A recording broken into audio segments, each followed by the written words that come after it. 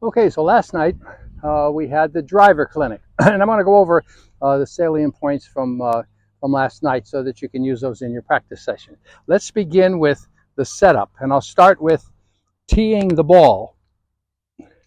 Now, I mentioned last night that everything heretofore in our first couple of clinics, the ball was on the ground, and we were hitting it with a descending blow. Now, with the driver, it's a little bit different because this is the only club that we hit when it's up in the air. So it's going to be teed up. So we're going to have to hit it a little bit on the way up. So you have to be careful when you tee it on the golf course. You want to make sure that when you tee it, you have half the ball above the crest of that driver. That will ensure that you should be getting it with an uphill strike. And that uphill strike will spin less and it will go farther. All right. Now, in terms of where you position it, is also very important because we use the same swing. We're not changing anything, but what we have to do is we have to change the ball position. So here's how we do that. Once we get our distance from the ball, you put your feet in a V like this, toes pointing out. Leave your left foot in place. You move the right foot so it's right outside your right shoulder. Now that means that the ball is off your left shoulder socket. Now that means the radius of your swing now is the length of this shaft, the length of this arm up to that shoulder. And of course, as we mentioned last night, it includes the inclined plane. Okay, that's part of the radius to reach the ball bending forward. Now, if the ball is off your left shoulder socket, that means my chin is about 7-8 inches to the right of that, meaning my chin is back here. It's behind on the right hand side of the ball. So the chin should be the low point of the swing. When I swing down, I keep my head there. And then right after that, the club starts to come up. And that's where we want to catch this ball, slightly on the way up. And I'll get into that a little bit more when we start showing you the actual swing itself. So we're going to catch the ball a little bit on the way up. Our head's going to stay behind it. We have a little bit of a tilt to this side. The hips are slightly forward to the left, and they stay right there. Take this club around us, and as we swing through, we should be getting this ball on the way up.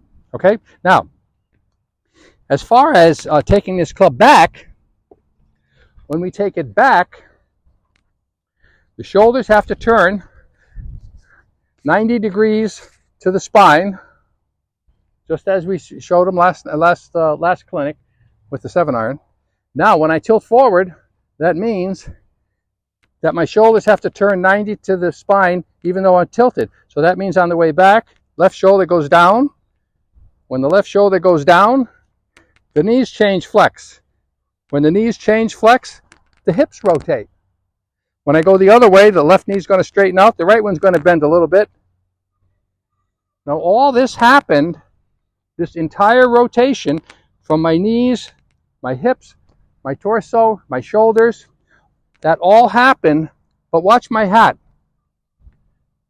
The hat never moves. And it's, as we mentioned last week, we have to keep that head still for the main reason is that this ball is stationary. So we can't be moving around. If we start to move around, we lose control of the low point. We have to have control of that low point in order to put that head of that club precisely in the right spot, because if it's not square to where we want to hit it, that ball's going to go all over the place. So we have to square that club up, and the only way we can do it is if that head stays dead still. Now the arm stays straight. I'm going to demonstrate this swing up here a little bit so you can see it. Now this is the circle without the inclination. So if I turn my shoulders and my head stays still, my shoulders are going to rotate in a circle. This club comes all the way around me. My knees change flex, my hips rotate, torso rotates. Now this club is all the way behind me. When I bring it all the way around, my shoulders rotate, my hips change direction, knees change flex, that turns my hips. I come all the way through impact right here. I swing all the way over to this side, and you'll notice my shoulders have turned from this address position 90 degrees to the target line here, 90 degrees to the target line here. Now my arms are stretched out. Now, that's the swing without the inclination. So if I bend forward, let's say I take it halfway down. this is my swing halfway down. I take it all the way down. This is my swing all the way down. So now you see this arc. So if this is my address position, when I get this shaft so it's parallel to the ground right here, my shoulders have started to turn. Now I have to put this club at the top of the backswing. And you'll remember in the clinic, I showed you how that worked, because this is very important. This this blue stick, you have to imagine that line going all the way out to the trees and all the way back as far as the eye can see. And I'm going to show you what the angle of the swing is. And this is very important. It's called the swing plane. And here's how we get there. I put this stick alongside the grip just to emphasize where this grip would be pointing to if the shaft was this long. All right, so now, during this swing, as I mentioned, there's only 2 times in this swing when one end of this club or the other end of this club is not going to be pointing at that line. And that's when the shaft is parallel to it. Let me just demonstrate that. So I'm making the backswing. Head is pointing at the line, at the imaginary line. Now I turn my shoulders to here because my head's staying still. Now the shaft is parallel to that line. Now when I turn the corner here, you'll notice this end picks it up right there. Now as I turn into the top of my backswing, you're going to notice that this stick is pointing at the line right there. But more importantly, I want you to notice that the angle of this shaft, it's not up here, the angle of this shaft mirrors the angle of my shoulder tilt, which means that if I'm in this position and I just turn my shoulders back to where I started, look what happens. It comes right back to where it was parallel. If I continue turning my shoulders, this club comes back down to where the ball is. So it's going around me on this angle. Now this angle comes to be based on the golfer's height. If the golfer was very tall, that angle would be more like the Ferris wheel at the amusement park. But I'm not what they call vertically enhanced here. So it's got a little bit of a tilt here because I'm a little bit shorter. So my club goes around me more and finishes over here, whereas the big tall guy, his club would be up in a vertical mode. But so when you do it, you have to find that spot.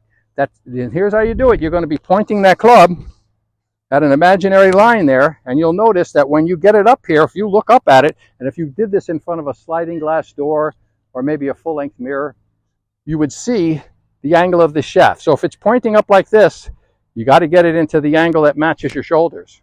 The back of your left wrist will be flat.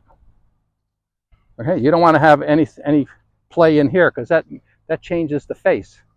Right here, that face is dead square to the arc. When I brought it up here, the face of that club is right on the arc. So all I have to do is turn my shoulders to bring it back. Here it is right there, right? So that's the top of the backswing.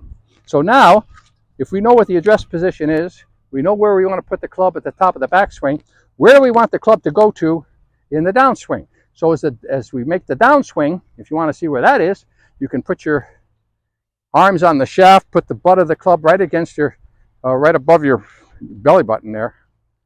Keep your arms straight, a little bit of a tilt here. Now you're going to make your swing through to this side.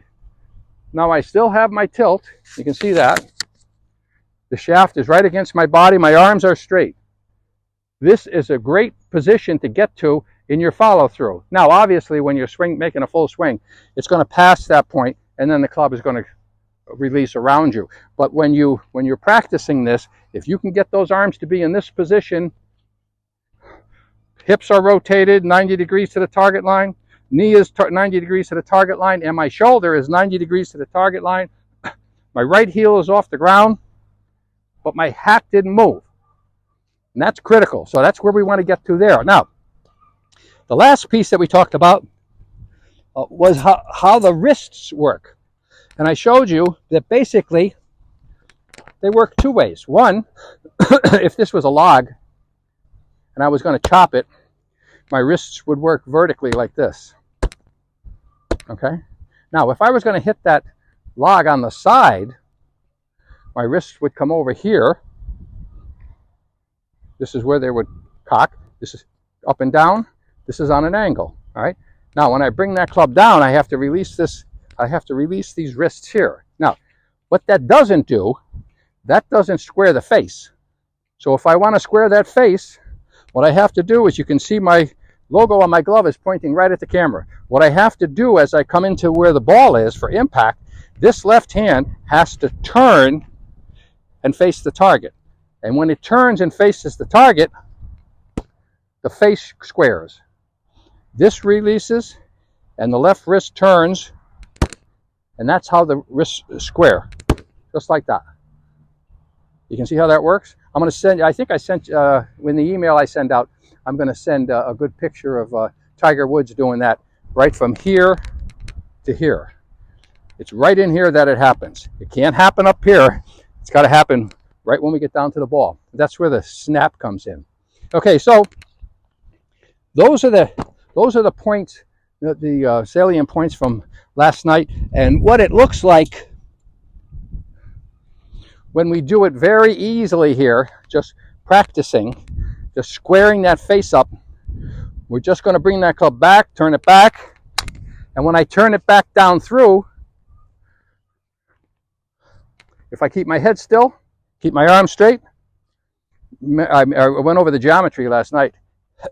If you stay in the inclination and you manage that radius, that ball is sitting on a tee right where the circumference of the circle wants to go. So you really can't miss it unless you bend your arms or unless you stand up. If you change one of the geometric ingredients here, you'll miss the ball. But if you adhere to all those principles, the inclined plane, straight left arm, steady head, and you rotate back to that tee, you're going to hit that ball.